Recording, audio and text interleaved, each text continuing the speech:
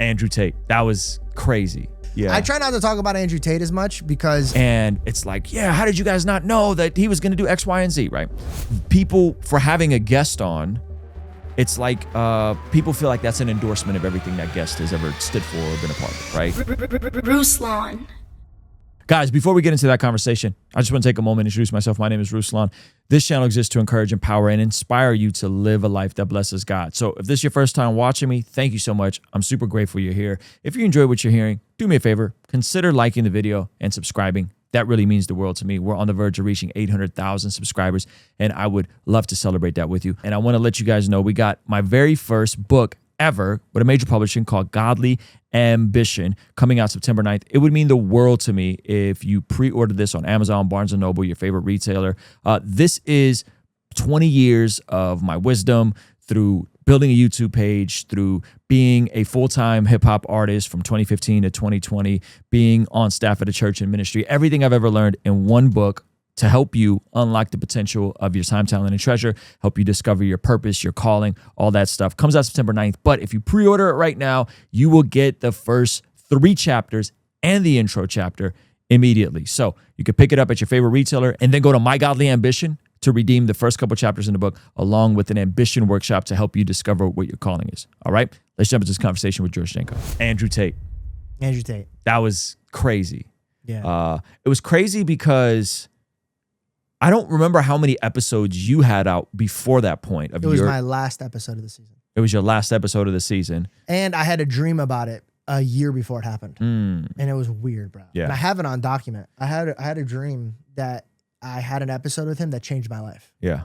And it went exactly the way it is. Yeah. I try not to talk about Andrew Tate as much because I looked really gay the last time I did. What do you mean? You didn't watch that video? What video? Bro, there's this video. My cousin went up to me and he goes, "Hey, yo, pause, bro. Why are you acting like that?" And I go, "Acting like what?" He goes, "You look mad gay in this clip." And I said, "What are you talking about, bro? I don't look gay."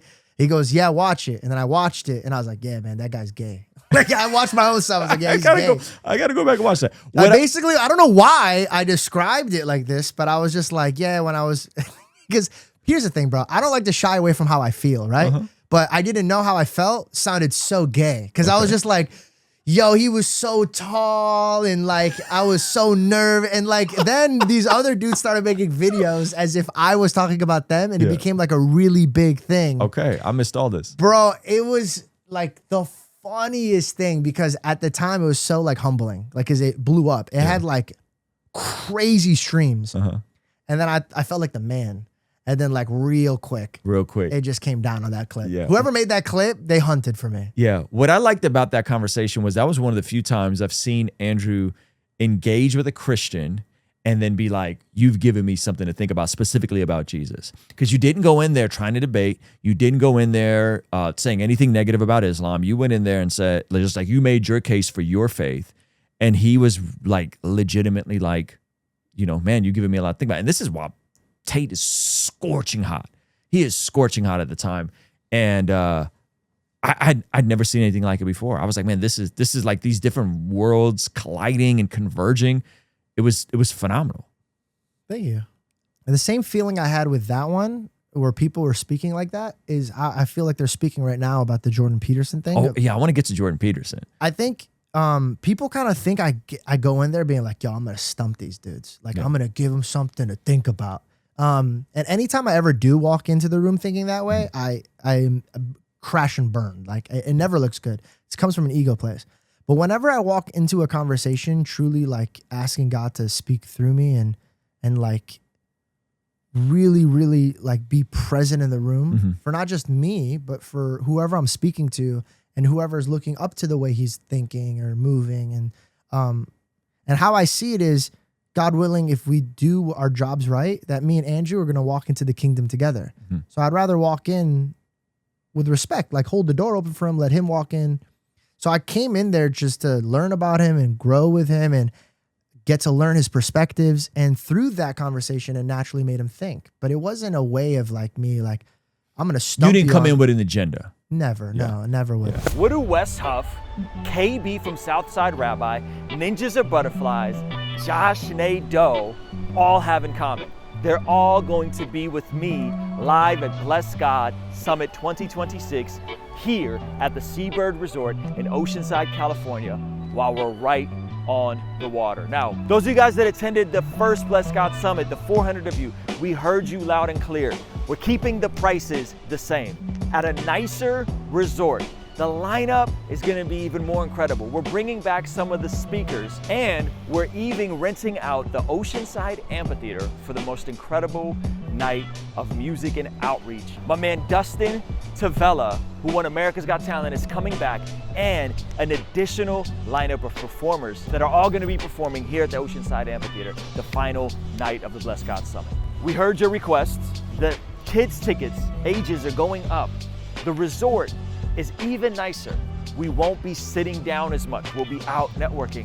Some of the sessions will even be outside on the water, all with the vision of leaning into worldview, virtue, and impact. March 5th, 6th, and 7th here in Oceanside, California. Bless God Summit. Go to blessgodsummit.com and get your tickets now. I still think he's a phenomenal speaker. I think there's really cool traits that men could learn from him. Yeah. I never went in there trying to get him to learn and adapt to be more like George Janko.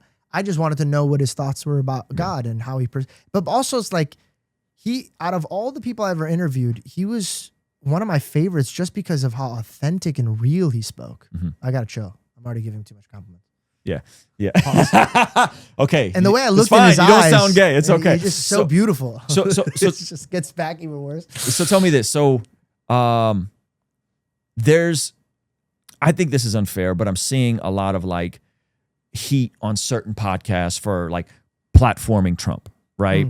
And it's like, yeah, how did you guys not know that he was going to do X, Y, and Z, right?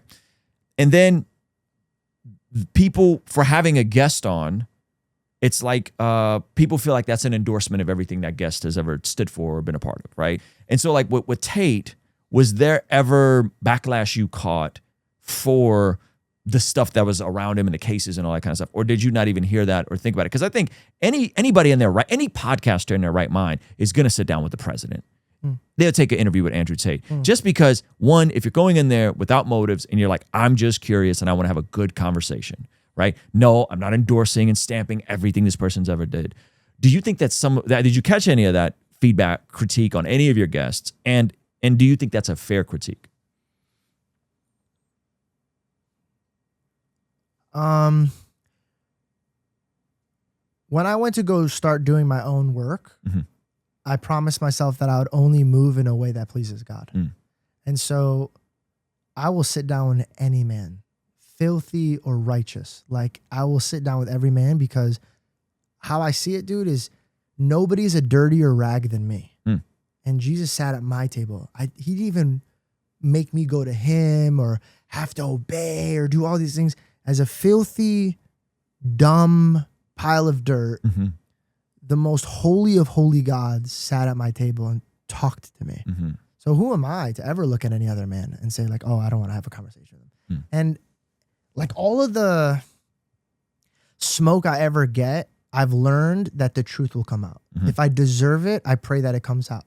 If I didn't deserve it, I pray that it comes out. Like whatever God has for me, it will always be good for me. If it's to break me, praise him. If it's to build me, praise him. So I kind of like read comments and the ones that affect me that I'm like, oh, you know what? I do cut the guests off. I need to be better at speaking. Or you know what? I shouldn't be swearing so much if I really want to be trying to walk in obedience.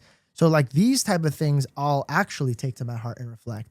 But if somebody's like, yo, he's so-and-so and he did this and that, I listen to it, but it doesn't stick with me because I just think of the person who's pointing is also like, we're all equal.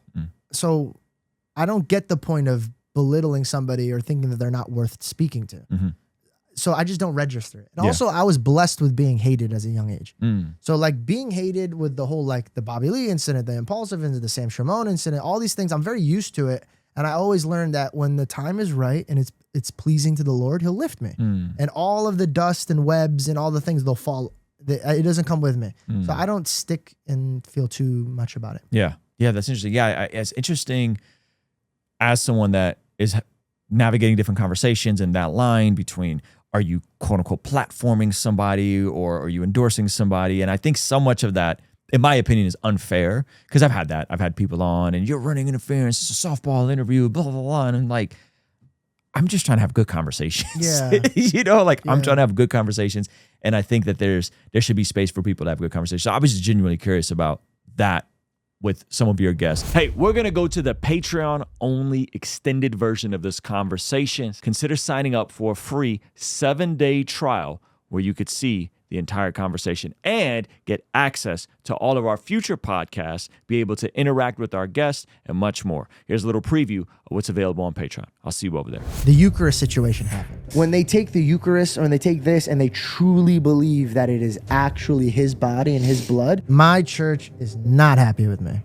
Did I make a mistake? We're gonna talk about Sam. I'll just be super, super honest and upfront. Okay. I read a comment once and it tore through my heart, bro. And it goes, oh no, George is not. And he goes, hey, wait, you want to talk to Justin Bieber? When you hear, hey, who wants to wipe Justin Bieber's ass? He goes, that's when you could talk to Justin Bieber. What was Cliff for me? Cliff was like when the prodigal son was walking home and the father was running. He embodied Cliff to run towards me. And he said, get him slippers, get him a robe. When I was like, no, dude, I don't deserve any of that.